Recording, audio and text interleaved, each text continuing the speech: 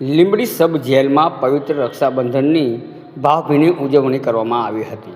ત્યારે લીંબડી સબ જેલ ખાતે પવિત્ર રક્ષાબંધન પર્વની ભાવભીની ઉજવણી કરવામાં આવી હતી। આ પ્રસંગે જેલમાં રહેલા કેદી ભાઈઓને તેમની બહેનોએ રાખડી બાંધી અને રક્ષાબંધનની પરંપરા નિભાવી હતી। બહેનોએ પોતાના ભાઈને વહેલી તકે જેલની બહાર આવે અને પરિવાર સાથે રહે તેવી લાગણીસભર પ્રાર્થના પણ કરી હતી। ભાઈ બહેનના મિલન સાથે લાગણીસભર દ્રશ્યો પણ સર્જાયા હતા અને બંનેના આંખો પણ ભીંજાઈ ગઈ હતી। આ કાર્યક્રમમાં જેલર ડીડી ગોહિલના માર્ગદર્શન હેઠળ યોજાયો હતો। કાર્યક્રમને સફળ બનાવવા માટે જેલ સિપાઈ બળદેવભાઈ ચિહલા, સુરેશભાઈ સોલંકી, ઈશ્વરજીતસિંહ જાડેજા અને મહેશભાઈ પરમાર સહિતના કર્મચારીઓએ સહકાર આપ્યો હતો।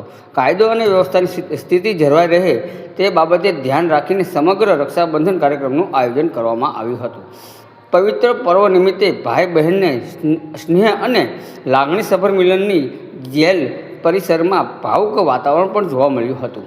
આજનો જે પવિત્ર તહેવાર એટલે કે રક્ષાબંધન છે તે નિમિત્તે આપણી સબ જેલ લીંબડી છે ત્યાં આગળ શું પ્રકારની કાર્યવાહી કરવામાં આવી હતી?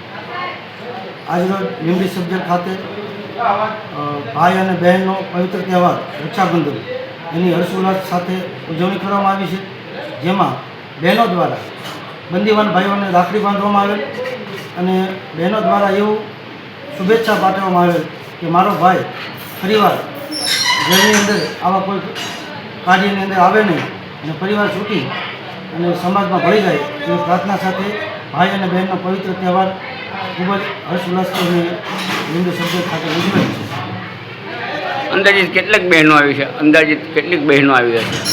હાલમાં અત્યાર સુધીમાં મારા અંદાજે 60 બહેનો આવી ગઈ છે એના ભાઈને રાખડી બાંધવા માટે, અને બહારથી બહેનોનો પણ એટલો ઉત્સાહ છે અને ભાઈઓને પણ એવું છે કે અમારી બહેનો, કારણ કે આ જેલ વસ્તુ એવી છે, બંધનવાળી વસ્તુ છે, તો બહેનો પોતે જાતે રૂબરૂ એના ભાઈને રાખડી બાંધવા આવે તો રૂબરૂ મળે, એકબીજાના ચહેરા જોઈ અને અહીં લાગણીસભર પણ દ્રશ્યો સર્જાયા છે।